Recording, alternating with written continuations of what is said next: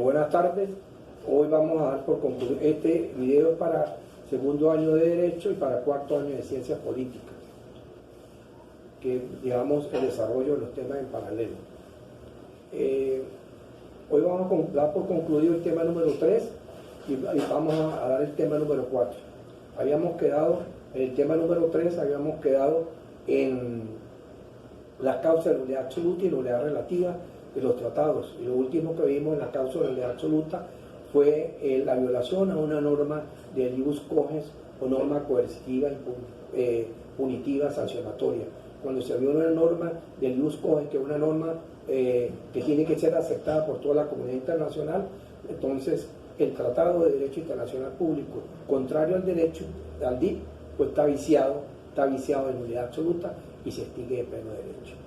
Esa es la última, esa fue la clase que quedamos, la última causa de nulidad absoluta que está en los artículos 50, 51 y 52 de la Convención de Viena sobre Tratados.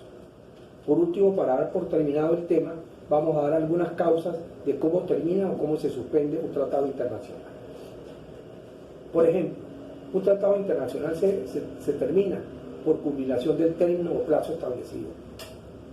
Si en el tratado internacional se fija una fecha de vigencia, como tiene que ser, por ejemplo, comienza el 1 de enero del 2021 y termina el 31 de diciembre del 2021, el 31 de diciembre del 2021 fenece el tratado, fenecen los derechos, fenecen las obligaciones y se da por concluido el tratado por culminación del término o el plazo establecido por las partes en la firma del tratado. Esa es una de las primeras causas. Otra sería por imposibilidad física de cumplimiento. Se firma un tratado o un acuerdo entre partes y físicamente es imposible cumplir con el acuerdo, con el tratado internacional.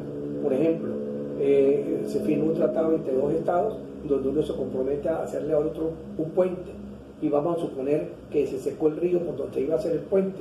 Por imposibilidad física ya no tiene sentido hacer el puente, ya es imposible hacerlo, no tiene razón ni sentido. Entonces se da por terminado, se da por concluido el Tratado de Derecho Internacional Público.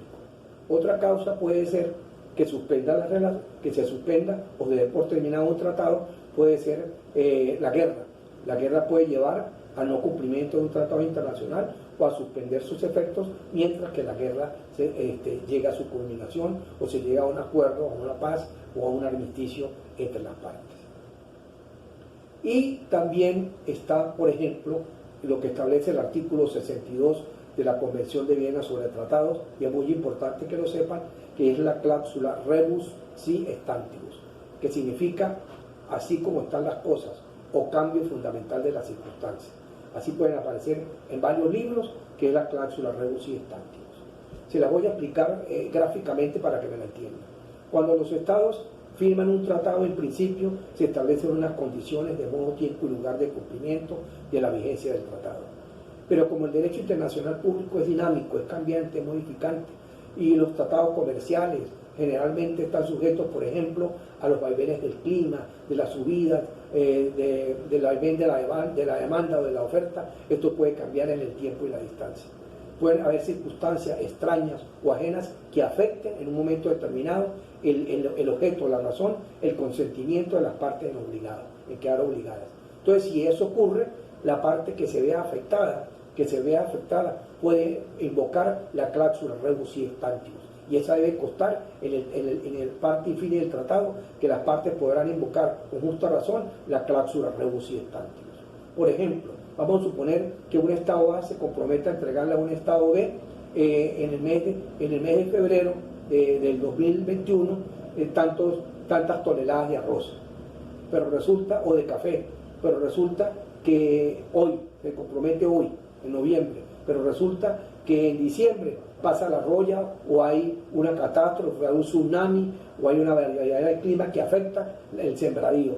Entonces el Estado que estaba comprometido, al Estado B a entregarle en febrero ese producto, ese bien o servicio, no lo puede hacer. Entonces invoca la cláusula rebus si stantibus. ¿Por qué? Porque no puede dar cumplimiento al tratado, o a darlo por terminado, o suspende sus efectos, porque no puede dar cumplimiento a él, porque es imposible cumplirlo por las razones del clima que modificaron lo que originalmente se había hecho.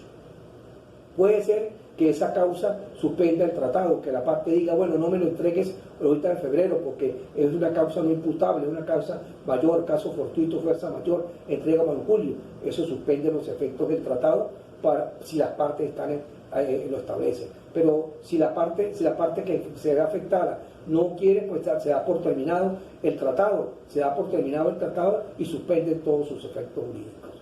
Pero tiene que recaer sobre un hecho fundamental, no sobre hechos triviales, sino sobre una razón fundamental que le impida a un sujeto cumplir las obligaciones preestablecidas en el texto del tratado. Por eso se llama clausula rebus sic stantibus, cambio fundamental de las circunstancias. Tiene que haber un cambio posterior al original que determine que un Estado, un sujeto internacional, no puede dar cumplimiento al tratado.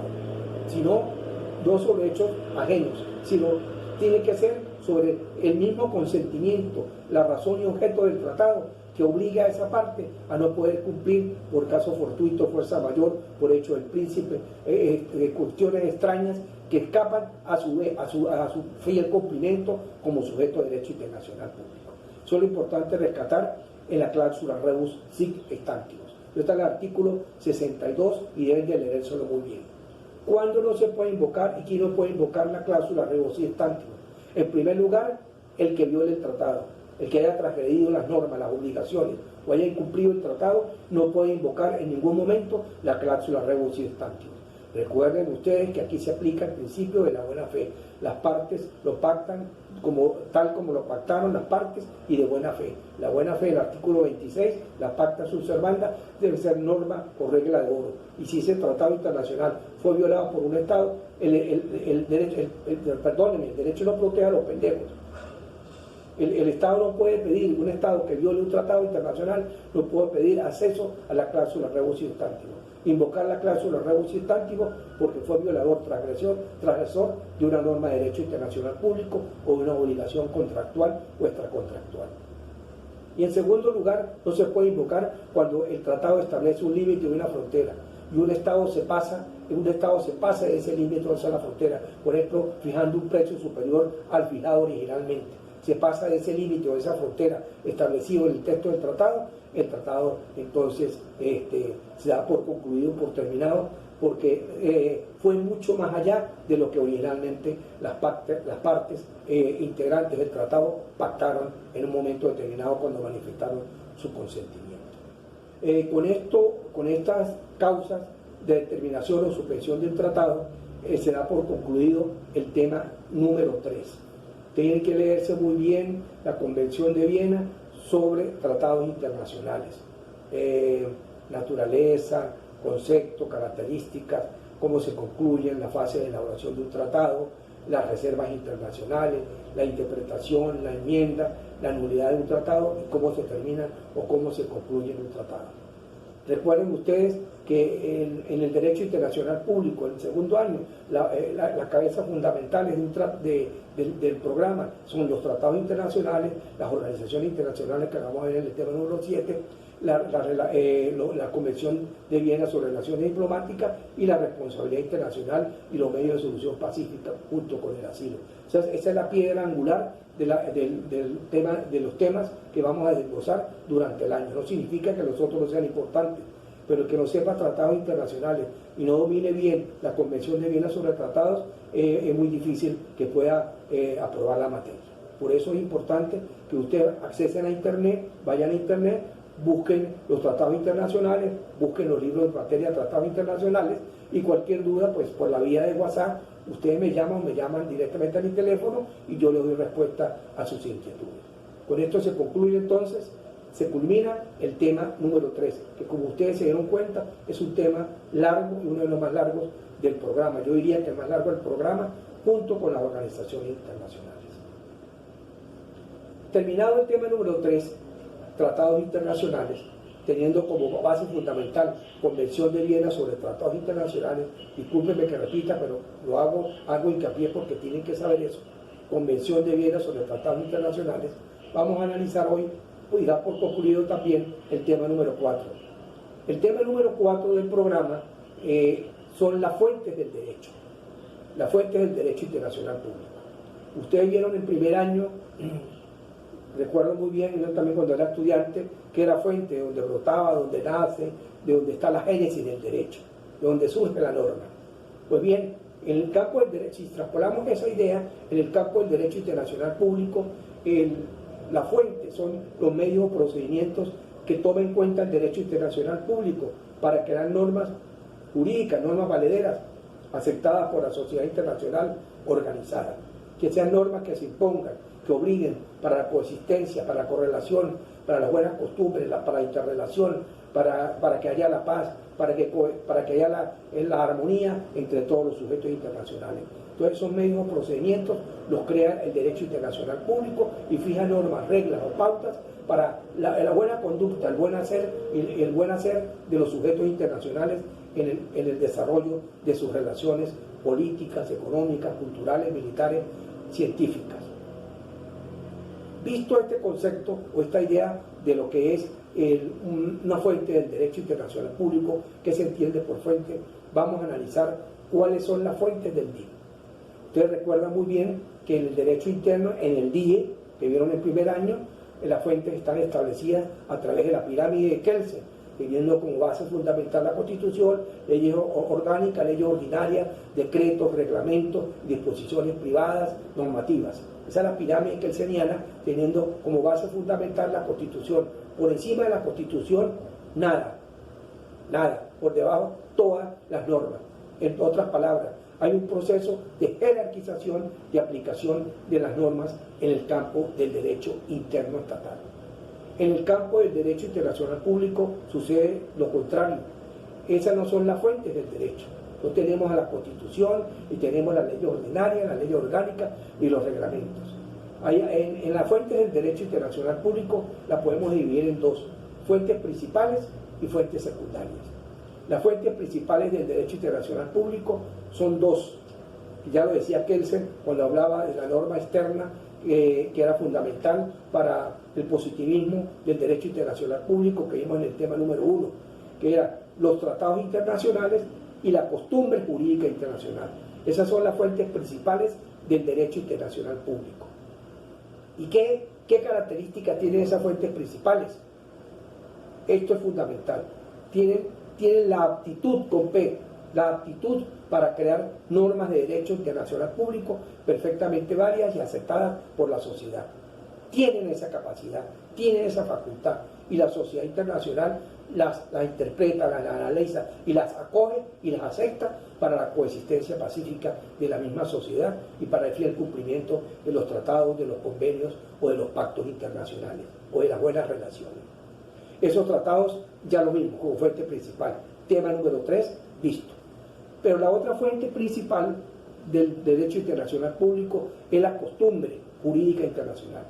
Óigase bien, la costumbre jurídica internacional. No estoy hablando de la simple costumbre, no me estoy refiriendo a la repetición de actos en el tiempo y en el espacio por una sociedad determinada. Eso no trae consecuencias jurídicas, ningún efecto jurídico. A mí lo que me interesa es que esa repetición de actos llegue a un momento determinado a que la sociedad tome conciencia de la obligatoriedad de que ese hacer diario, constante y permanente, que esa repetición de actos constantes y permanentes sea normatizado, sea regularizado, sea arreglado a través de un tratado, de un acuerdo, de un pacto, de un protocolo, de un acta que obligue y que permita regularizar su conducta frente al derecho internacional público. Por eso es que muchos tratados internacionales tienen como base a la costumbre, obedecen a los comportamientos societarios. Cuando esa sociedad entiende e interpreta que el comportamiento es obligatorio, ahí nace la costumbre jurídica internacional. La costumbre jurídica internacional no nace por la simple repetición de actos, por comportamientos repetitivos en el tiempo y en el espacio. No, nace cuando se hace obligatoria, cuando se entiende, se interpreta, el individuo, la sociedad organizada entiende e interpreta que ese comportamiento repetitivo tiene que regularizarse. ¿Y cómo se regulariza? A través de un tratado, de un acuerdo, de un pacto o un convenio internacional. Por eso tiene esa aptitud, por eso tiene esa capacidad para crear normas de derecho internacional público. Esas son las dos fuentes principales del derecho internacional. los tratados, visto, repito, en el tema número 3, y la costumbre jurídica internacional, porque tiene efectos jurídicos obligatorios, llevan a las partes a regularizar sus conductas, porque entienden e interpretan que es necesario para su coexistencia propia. En segundo lugar están las fuentes secundarias. Las fuentes secundarias tienen una diferencia total y radical a las principales o fundamentales, como le diría yo, que son las que carecen, no tienen la capacidad, no tienen la facultad para crear normas de derecho internacional público. ¿Qué hacen? Entonces, si carecen de esa facultad o de esa capacidad, ¿qué hacen? Auxilian, orientan, oxigenan a las fuentes principales y al derecho internacional público. Coadyuvan para el cumplimiento de los fines, propósitos y razones de las normas internacionales. Pero no tienen esa capacidad como las fuentes principales, esa actitud como las fuentes principales de crear normas de derecho internacional público, sino que se exponen y se dan en un momento determinado para el fiel cumplimiento de las principales y para relacionar al derecho internacional público en sus acciones dentro del contexto internacional. Esas fuentes secundarias, auxiliares, son los principios generales del derecho, la doctrina, la jurisprudencia y la equidad. Todas estas 6 fuentes que les he nombrado, principales y auxiliares, están establecidas en el artículo 38.1 del Estatuto de la Corte Internacional de Justicia. Ustedes pueden buscar el Estatuto de la Corte Internacional de Justicia, y en el Estatuto 38.1a aparecen estas fuentes que les he nombrado. ¿Por qué se lo digo? Porque más adelante les voy a explicar 2 fuentes que no aparecen en el Estatuto, pero que son necesarias que ustedes las conozcan. ¿Qué son los principios generales del derecho? Son normas o reglas que la sociedad organizada las acepta y las convalida. ¿Para qué? Para las mejores relaciones internacionales. ¿Para qué? Para que exista la paz, la seguridad, la integración, la cooperación, la coayuda. No exista el ostracismo en los estados, sino el acercamiento entre estados de distintas regiones, credos, razas o religiones. Y que los estados coexistan, que los estados existan y se interrelacionen a través de tratados, de acuerdos, de pactos internacionales, y que no sean violados a la vez esos pactos, acuerdos internacionales. Esos principios generales del derecho son, por ejemplo, la soberanía, la autodeterminación de los pueblos, la independencia, la no injerencia en asuntos internos del Estado, la cosa juzgada, la pacta sunt servanda, la clausula rebus siet tantibus, lo que le he nombrado. Los estados son soberanos y autónomos para firmar tratados, acuerdos o pactos internacionales, sin pedirle la ayuda de otro estado, lo hace soberanamente. Los estados no se pueden meter, discúlpenme el término, en asuntos internos de estado, es decir, la no injerencia en asuntos de estado. Los estados hacen lo que crean conveniente en sus relaciones interpartes, sociedad, Estado, Estado-sociedad, y no espera que elementos externos o exógenos influyan en sus relaciones. Por eso ese principio de autodeterminación, de no injerencia en asuntos de Estado es fundamental, así como el principio de soberanía y autodeterminación de los pueblos. Los estados y las sociedades se dan la forma o el sistema económico, político, social, cultural y religioso que ellos crean conveniente, de acuerdo a su idiosincrasia, de acuerdo a su concepto de nación, de acuerdo a su constitución. Los estados se dan sus propias formas de gobierno. Entonces tenemos la autodeterminación de los pueblos, la soberanía, la no injerencia de los estados, la pacta sunt servanda, que la vimos en el artículo 26 de la Convención de Viena, que las partes se obligan tal como lo pactaron y de buena fe, la rebus siet tantibus, y todo aquello que de una u otra manera permita el perfeccionamiento de la sociedad internacional. El principio también, como les dije, de la cosa juzgada, en derecho interno también aparece ese principio, que nadie puede ser juzgado 2 veces por el mismo hecho. Una vez que el hecho sea juzgado, sentenciado y condenado o absuelto, el sujeto internacional la persona no puede ser castigada o sancionada por una norma porque ya lo hizo en su momento oportuno. Esos principios son principios generales del derecho, son fundamentales y son aceptados por la comunidad para esa perfecta relación que debe existir en un momento determinado. En segundo lugar está la doctrina. ¿La doctrina qué es? La doctrina son las opiniones, son los conceptos que emiten los doctos del derecho. El docto es un conocedor del derecho.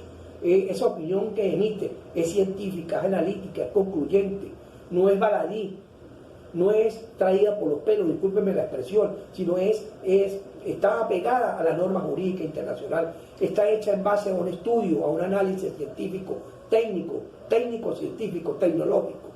Con base a eso, el docto del derecho opina, por ejemplo, en materia de espacio aéreo, en materia de mar territorial, de relaciones internacionales, de medios de solución pacífico de las controversias, opina sobre las reservas, opina sobre los tratados internacionales, opina sobre la política exterior y emana una opinión. Toda esa opinión que emana de ese docto del derecho la puede tomar el juez en un momento determinado, el juez de la Corte Internacional de Justicia, para aplicarla en un momento cuando le llegue un caso, el tomar esa fuente y poder dirimir la controversia en un momento dado. En tercer lugar tenemos la doctrina, los principios del derecho, la doctrina, luego tenemos la jurisprudencia. Ojo con lo que voy a decir. En el campo del derecho internacional público, la jurisprudencia no es vinculante, no obliga a que se aplique igual en un momento, tiempo determinado. Recuerden ustedes que la jurisprudencia son las sentencias que emiten los órganos jurisdiccionales, los tribunales internacionales, los tribunales arbitrales, la Corte Internacional de Justicia, por ejemplo la Corte Penal Internacional, los tribunales exógenos, no los tribunales internos. Esos tribunales emiten una sentencia a través de los magistrados de la Corte Internacional de Justicia. Y esa jurisprudencia no es vinculante, no obliga a que un juez, en un momento determinado, juez internacional, pueda aplicar esa jurisprudencia en forma igual a un caso particular que le he planteado. ¿Por qué? Porque yo les he dicho que el derecho internacional público es modificante, es cambiante, no es un convidado de piedra. Hay tratados internacionales parecidos, hay convenios, hay pactos, hay actas, protocolos totalmente distintos, y la comunidad internacional